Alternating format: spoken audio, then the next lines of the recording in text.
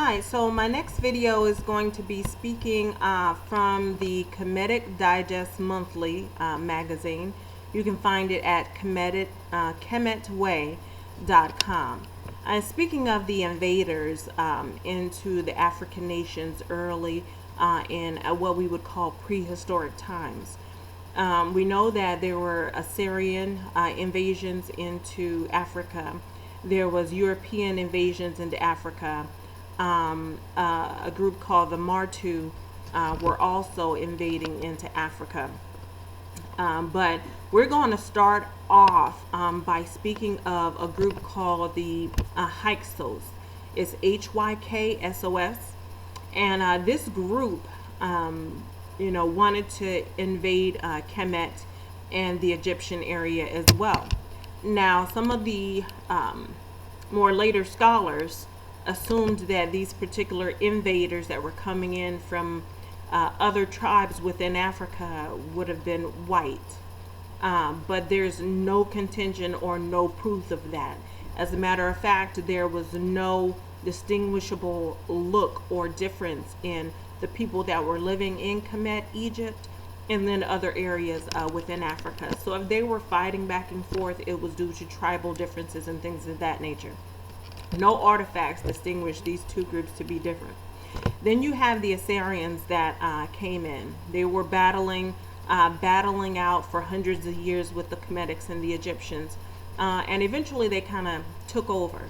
The entire system during those times were meant to not only take over the people or to be able to enslave them, but to also do away with the religious systems of things that had already been set in place. This is by the Ethiopian people or Kush, also the Kemetics or the Kemetans or the Egyptians, and then also into Mesopotamia and Samaria. They all had very similar religious systems that they followed as well, all dealing with sun worship.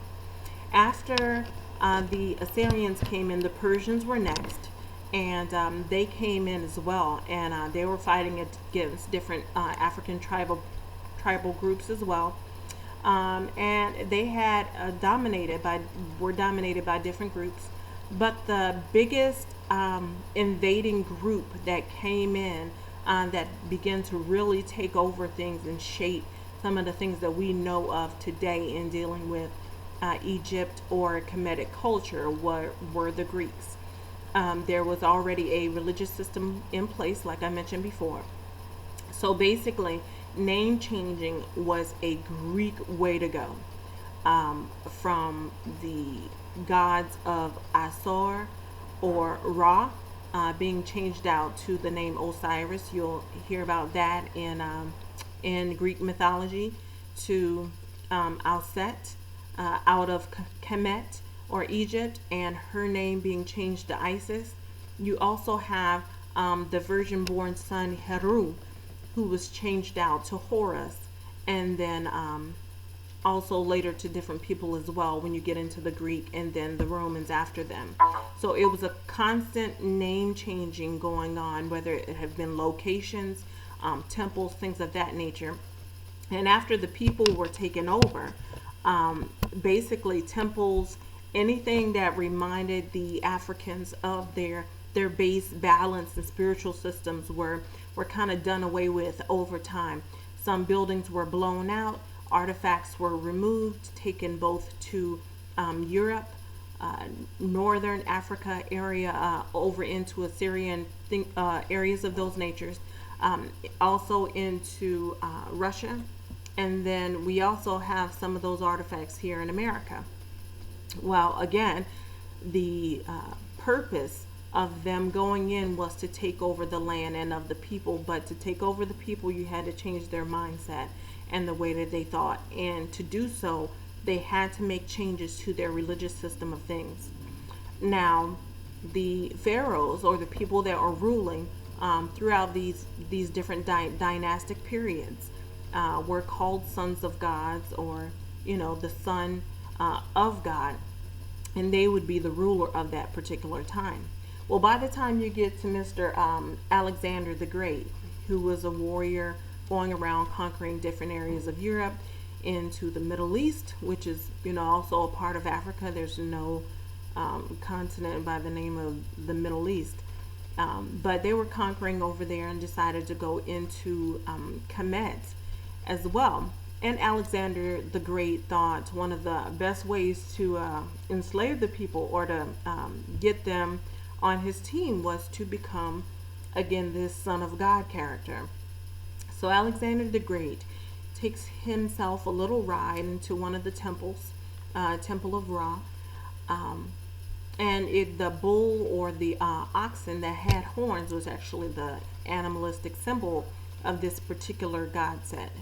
All the god sets were represented by different animals and things of that nature, based off of whatever their personality traits or parts of nature that particular god embodied. So Alexander the Great went to this temple hoping that he would be proclaimed God's son. Now, of course, he's European, coming out of Europe as a warrior. They absolutely know that this is not the case. But after some heavy persuasion, he is then proclaimed the Son of God. So with that being said, Alexander the Great decides to create coins, and you can look up Alexander the Great's coins with his pictures on them, engraved into them, and you will also see the horns on Alexander the Great's coins. He made them prior to going back out into battle, as if that would help proclaim him as God's son, or the Son of God, or the Son of Ra, the Son. So with that being said, Alexander the Great goes back out to war and is killed while he's gone. One of his predecessors and his generals, by the name of Ptolemy I, takes over.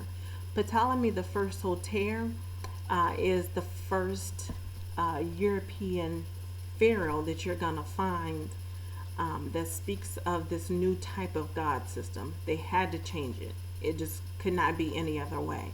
There had to be some changes made to how these people worshipped, or even though you may be attempting to enslave them, you're not going to be able to, because mentally you don't have them yet.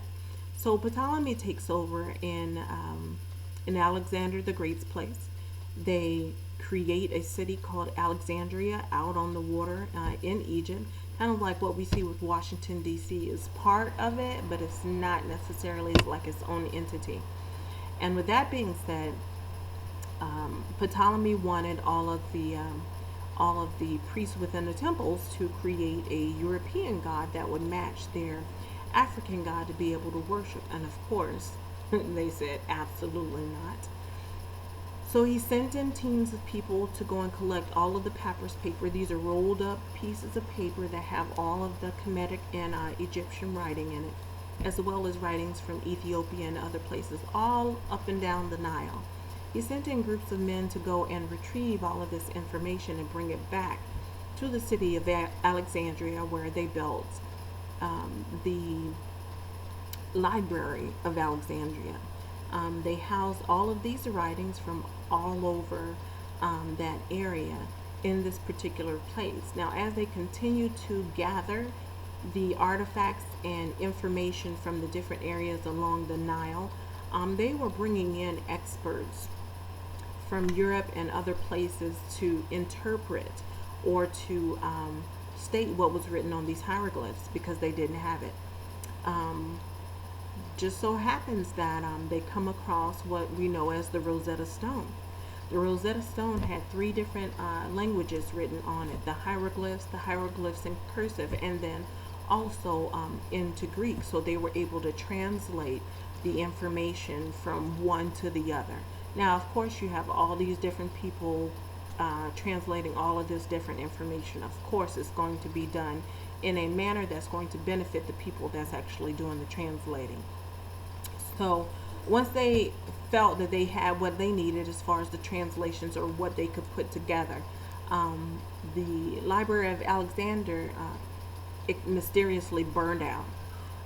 So it's supposedly burned down with all the papyrus paper in there. We can just assume, where it ended up, probably the same place that all the other artifacts that were taken out of Africa ended up, in either European museums or in the Vatican.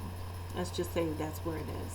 So with that being said, Ptolemy Soter put together a god set, a Christos, or a Christ worship.